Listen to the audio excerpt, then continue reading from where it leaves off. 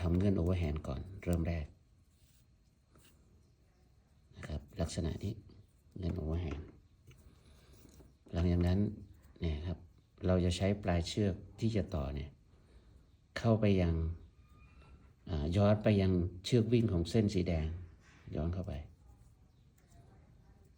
ลักษณะนี้อย่างนี้นะครับแล้ววิ่งเชือก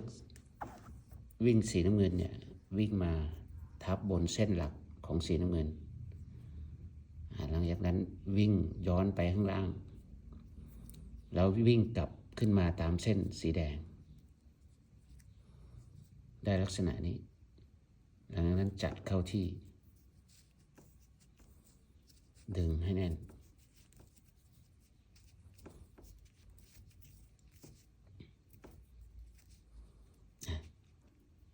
วิธีที่2 Ashley Bend จากเงื่อนโอเวอร์แฮนด์